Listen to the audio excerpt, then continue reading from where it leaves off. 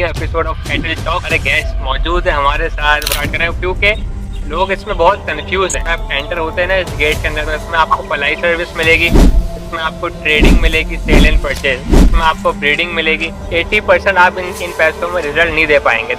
एक होता है जानवर का पेट भरना और एक होता है जानवर को बनाना, इन दोनों में डिफरेंस है।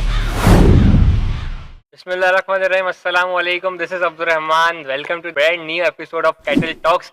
तो भाई आज जो है ना हमारा पहला एपिसोड होने जा रहा है और आज के जो हमारे गेस्ट मौजूद है हमारे साथ वो भाई हम ही हैं। और क्योंकि भाई हमारा पहला एपिसोड जो जो हमारे सीनियर गेस्ट थे जिनसे हमारी बात हुई थी उन सब ने भाई एक ही बात की कि भाई हम आपके सेकंड गेस्ट बनेंगे।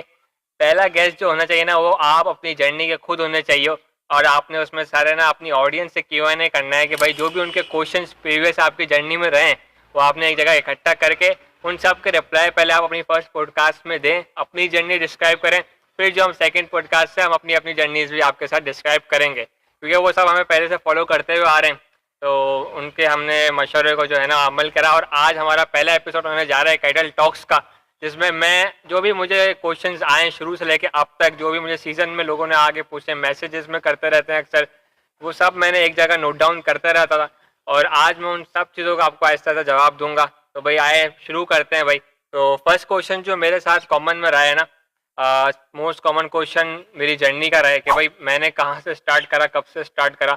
तो मैंने जो स्टार्ट किया था ना जो है ना मैंने अपना बिजनेस स्टार्ट किया था 2019 से, वहाँ से मैंने स्टार्ट करा अपना बिजनेस। स्टार्ट किससे करा, मैंने डायरेक्ट फार्म नहीं खोला था, मैंने स्टार्ट करा चिक्स से। जो आप लोग पहले मुझे देखते हुए आए उनको सबको पता है, मैंने चूज़ों से स्टार्ट करा, चिक्स से फिर मैं पैरोट्स में आया, पैरोट से फिर मैं रैबिट्स वगैरह, हैंस वगैरह इन चीज़ों में रहा था। उसके बाद मैंने शिफ्ट कर दिया था अपना गोट्स में। गोट्स में मैं जब एंटर हुआ तो मेरा भी काफ़ी अच्छा प्रोसेस चला। प्रोसेस मेरा काफ़ी अच्छा चलने के बाद जो चीज़ हुई वो ये हुई कि मुझे बीमारियों का इतना पता नहीं था, तो मैंने उसमें थोड़ी सी चीज़ें फेस करी। मैं बीमारियां वगैरह आती थी, मोटेलिटी रेशो भी फेस करा, लेकिन मैंने बहुत सारी चीज़ें सीखी और अब जाके अल्हम्दुलिल्लाह हमारा मोटेलिटी रेशो तकरीबन 0 है अल्हम्दुलिल्लाह। तो क्योंकि जब जब मोटेलिटी रेशो हो रहा था वो हमने चीज़ें सीखी और उसको नेक्स्ट टाइम जो हमारी गलतियाँ हम कर रहे थे मेडिकेशन में और दूसरी जो भी चीज़ों में वो हमने कम से कम करी, 0 करी। तीसरी चीज़ फिर जो मैं गोट से मूव ऑन करा, गोट्स के साथ साथ मैं मूव ऑन कर गया गायों में। गायों में जब मैं मूव ऑन करा तो अल्हम्दुलिल्लाह गायों में जानवरों में मुझे ये रहा है कि 5 साल हो गए, अब तक अल्हम्दुलिल्लाह कोई ऐसी मोटेलिटी रेशो मैंने फेस नहीं किया है। और जो भी मुझसे एडवाइस लेने आता है मैं यही कहता हूँ कि भाई आप स्टार्ट करें, एज अ फार्मर आप कर रहे हैं तो आप न्यू फार्मर तो आप बड़े जानवर से स्टार्ट करें। वो इसलिए क्योंकि बड़ा सुकून वाला जानवर है, अल्हम्दुलिल्लाह बहुत आराम से पल जाता है, इम्यून सिस्टम काफ़ी स्ट्रॉन्ग है, तो उसमें सारी बीमारियां वगैरह नहीं आती हैं और अच्छे से आपको सीखने का मौका भी मिल जाता है। तो इस तरह से भाई मैंने स्टार्ट करा। तो सेकंड क्वेश्चन जो मुझे आता है कि भाई हम कहाँ से स्टार्ट करें। आप तो जो भी मेरे कस्टमर्स वगैरह आते हैं, जो नए जो शौकीन हजरात होते हैं वो आके मशवरा करते हैं कि भाई हम कहाँ से स्टार्ट करें, क्योंकि लोग इसमें बहुत कन्फ्यूज़ हैं। कंफ्यूज क्यों है, क्योंकि ये बहुत बड़ी फील्ड है। ये कैटल फार्मिंग की फील्ड में अगर आप एंटर होते हैं ना इस गेट के अंदर, तो इसमें आपको पलाई सर्विस मिलेगी, इसमें आपको ट्रेडिंग मिलेगी, सेल एंड परचेज, इसमें आपको ब्रीडिंग मिलेगी, इसमें आपको मीट इंपोर्ट एक्सपोर्ट का काम मिलेगा, इसमें आपको जो है ना वो फूड इंपोर्ट एक्सपोर्ट, इनकी वेस्टेज, ये सारी चीज़ें A to Z सब बिकता है इस फील्ड में। तो बहुत बड़ी वास्ट फील्ड है, मिल्क है इसके अंदर। तो लोग कन्फ्यूज है कि हम पलाई में जाए, हम ट्रेडिंग में जाए, हम मिल्क में जाए, हम अपना माल लेके पाले, हम क्या करें। तो मैं जो भी एडवाइस रिकमेंड करता हूँ सबको वो यही करता हूँ कि आप जब स्टार्ट करें ना पहले तो कोशिश करें कि आपके जैसे जो मुझे फॉलो करते हुए आ रहे हैं, मेरे घर के अंदर एक स्पेस थी, मुझे कोई रेंट की ज़रूरत नहीं थी और मैंने अल्हम्दुलिल्लाह सारा शुरू से खुद सारा काम करा हुआ है, चारा वारा सफाई जानवर की सब। तो मुझे कोई एम्प्लॉय की भी ज़रूरत नहीं थी, मैं सीखता भी गया, अपने हाथ से सारा काम करता रहा। तो ना रेंट ना एम्प्लॉय, तो 0 कॉस्ट के साथ मैंने चीज़ें सारी सीखी। आपके पास ऐसी कोई स्पेस है तो ये बहुत अच्छी बात है, अगर नहीं है तो आप कुछ कम से कम रेंट में ऐसी स्पेस ले लें, आप वहाँ रोज़ जाएं और स्टार्ट आप करें बड़े जानवरों से, बड़े गायों में। अब इसमें क्वेश्चन ये आता है कि हम डायरेक्ट पलाई सर्विस लें, तो ऐसा नहीं है। आप 4 महीना 5 महीना 6 महीना अपना माल लें, उसको पालें, उससे सीखें, देन फिर आप दूसरों का माल पालें ताकि आप अच्छे से अच्छा रिजल्ट प्रोवाइड कर पाएँ। मैंने जो स्टार्ट करा, बेसिक्स जो मैंने स्टार्ट करा, मैं भी अभी तक इस फील्ड के सारी चीज़ों में नहीं पहुँचा हूँ। मैंने जो स्टार्ट करा है वो मैंने किया था सेल एंड परचेज से। सेल एंड परचेज के बाद जो है ना मेरा नेक्स्ट स्टेप था पलाई सर्विस। पलाई सर्विस के बाद मेरा नेक्स्ट सर्विस स्टेप था गोट्स की ब्रीडिंग। गोट्स की ब्रीडिंग के बाद हमारा नेक्स्ट स्टेप होने जा रहा है हमारी बबली, जो हमारी गाय है, काउस की ब्रीडिंग की तरफ। जो भी था हमने अपना भी करा और लोगों का भी करा, लेकिन मैंने अपना माल घर पे एक्सपीरियंस करा, 3 साल पाला, देन 2 साल पाला, देन फिर मैं यहाँ आके पलाई सर्विस मैंने ऑफर करी। इसी तरह बकरों का भी मैंने 2 साल पाला, अपना खुद का माल। पालता मैं कैसे था, मैं पूरा पूरा साल नहीं पालता था, मैं लाता था उसको, हम एक डेढ़ महीना रखते थे, देन फिर उसको सेल आउट कर देते थे। मतलब माल आता रहता था, आप उससे ट्रेडिंग भी करते जाएं, अपना जो है ना प्रॉफिट भी जो आपको आ रहा है वो निकालते हैं, और आहिस्ता आहिस्ता इस तरह आप सीखते भी जाएंगे, तो आपके ऊपर बर्डन भी नहीं आएगा, क्योंकि मंथली जानवर को खिलाना आज के महंगाई के दौर पर बर्डन से है। आपके ऊपर बर्डन भी नहीं आएगा, आपको प्रॉफिट भी थोड़ा थोड़ा आता रहेगा, इनकम मतलब ये है कि ब्रेक इवन पे आप चलते रहेंगे। जो थर्ड चीज़ आती है भाई, वो आती है कि पलाई पे अगर हम काम करें तो कैसे करें। पलाई पे काम करने का मेरा सबको मशवरा यही रहता है, आप अगर पलाई सर्विस ऑफर कर रहे हैं तो आज कराची में महंगाई के ज़माने में जो पलाई ऑफ़र हो रही है 15,000, 20,000, 13,000, मैंने खुद भी एट अ टाइम ये पलाई ऑफ़र की है। मगर आज मैं आपको एक बिटर ट्रुथ ये बताता हूँ, 80% आप इन पैसों में रिजल्ट नहीं दे पाएंगे। देखिए, दो चीज़ें होती हैं जिसको न्यू फार्मर को समझना चाहिए। एक होता है जानवर का पेट भरना और एक होता है जानवर को बनाना, इन दोनों में डिफरेंस है। इसी तरह जानवर का पेट भरने में पलाई का डिफरेंस और पैसों का डिफरेंस आता है, जानवर को बनाने में पलाई का डिफरेंस और पैसों का डिफरेंस आता है। आप स्टार्ट भले कम से करें, मैंने भी एट अ टाइम स्टार्ट किया था, 13,000 रुपये में पलाई ले रहा था बड़े जानवर की, और अभी जो मैं पलाई ले रहा हूँ वो 30,000, 35,000, 40,000, क्योंकि रिजल्ट हम 13,000 में नहीं दे पा रहे थे, जो कि मुझे भी एक्सपीरियंस नहीं था। लेकिन आहिस्ते से जब चीज़ों को देखा तो फिर पता चला रिजल्ट के साथ साथ सिर्फ पलाई का वंडा अच्छा होना ज़रूरी नहीं है, आपकी जानवर की क्वालिटी भी अच्छी होनी ज़रूरी है। मतलब ये कि एक जो बेसिक चीज़ मैं इस चीज़ में समझाऊँ, आपका जानवर मतलब एक मैं आप 30,000 की पलाई ले रहे हैं तो 10 महीना आप पलवा रहे हैं तो 3 लाख रुपए बनता है।